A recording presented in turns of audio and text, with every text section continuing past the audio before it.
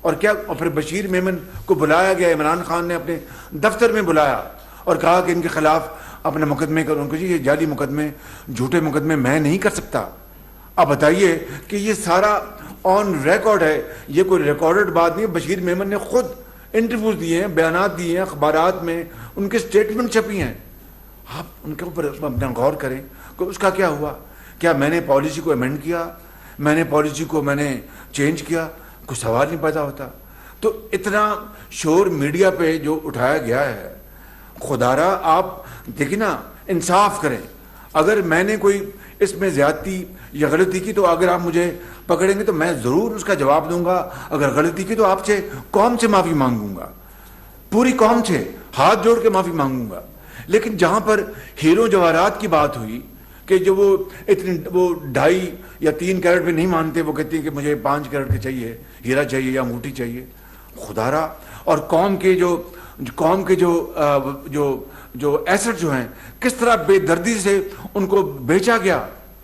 توشہ خانہ میں دیکھ لیں آپ، توشہ خانے میں کیا ہوا کہ ایک تو دبئی میں ایک ہمارے بہت ہی مربی ملک کا جو تحفہ تھا، اپنا 10 کروڑ 15 کروڑ روپے کا، پتہ نہیں کتنی قیمت تھی، وہ بیچ دی گئی اور اس کو پیسے جیب میں ڈال دیے. اس کا تو اپنا ذکر نہیں ہوتا. دیکھیے یہ تو ایک آڈیو ہے جس میں گفتگو آپ نے سنی، اس میں کہیں خدا نہ خواستہ لین دین کی بات ہوئی ہے کہ جناب اتنے کروڑ روپے یا اتنے ارب روپے دیں، اتنی زمین دیں، یا 190 ملین پاؤنڈ چھوڑ دیں، 19 پاؤنڈ ہی دے دیں آپ. کہیں اس طرح کی کوئی بات دور دور اس کا شائبہ ہے اس کا.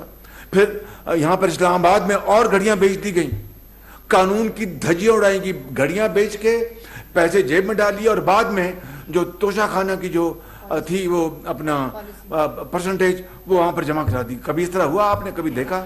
پہلے تحفہ جاتا ہے توشہ خانے، وہ ایسٹیمیٹ لگاتا ہے کہ جناب یہ 10 کروڑ روپے اس کی قیمت ہے، یا 20 کروڑ یا 5 جو بھی ہے، اور اس کا جو اپنا پرسنٹیج جو اپنا پالیسی ہے وہ آپ جمع کرا دیں، اس کے بعد دے لیں. ایسا نہیں، وہ خان صاحب نے گھڑیاں بیچ دیں، بیچ کے تو پیسے جیب میں ڈال لیے اور توشہ خانوں کو کہا کہ یہ لے لیں. اب بتائیے اس سے بڑی قانون کے ساتھ اور اپنا کھلواڑا کیا ہو سکتا ہے. میں آپ کو آج یہ بات بتانا چاہتا ہوں کہ وہ آڈیوز آنی چاہیے جب انہوں نے چینی ایکسپورٹ کی، اس بنیاد پر کہ چینی سرپلس ہے، یعنی بہت سٹاکس ہیں، پاکستان کو زر مبادلہ ملے گا، بڑی اچھی بات ہوتی.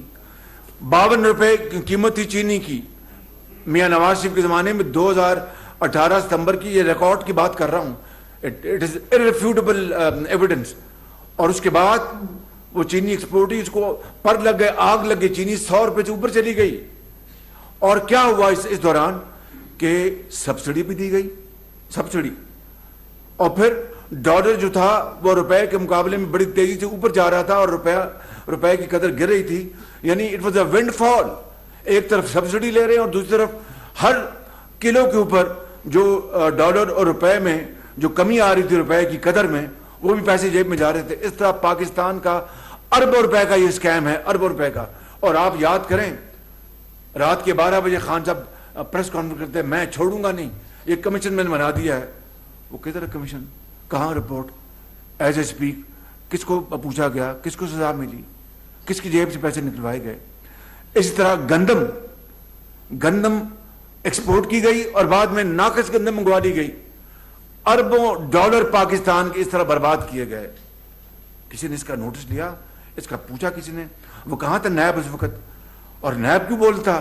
وہ بیچاری خاتون کو اس کو حبس بجا میں رکھ لیا پی ایم ہاؤس میں، اور اس سے جناب بند کر دیا کمرے میں، اور ان سے لے لیا، اور پھر اس کو بلیک میل کیا گیا چیئرمین کو دبا کے. تو تمام کیسز بند کروا لیے بلیک میلنگ کے ذریعے، اور تمام کیسز جو تھے اپوزیشن کے خلاف ان کو جیلوں میں بھجوایا گیا، کال کوٹریوں میں بھجوایا گیا.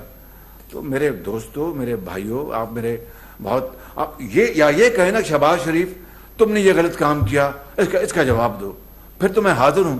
اب آڈیو میں ایک بات ہوتی ہے اور قانون اور پالیسی کا مکمل احترام کیا جاتا ہے.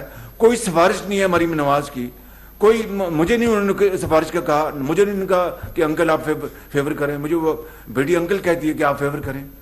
بتائیے مجھے کہ اس طرح اپنا رائی کا پہاڑ بنا دینا یہ مناسب نہیں ہے. یا تو آپ یہ کہیں کہ ہاں شہباز شریف تم نے یہ فیورٹزم کیا تو میں حاضر ہوں, جو آپ سزا دیں گے میں قبول کر لوں گا.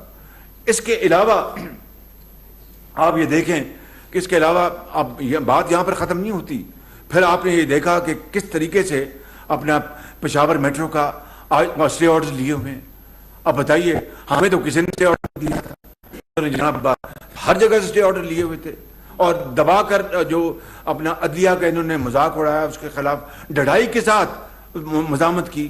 اسی طریقے سے آپ دیکھ لیں بلین ٹری کہاں گیا, بلین ٹری کدھر, بلین ٹری پشاور کا جو میٹرو اربوں روپے کھائے گئے.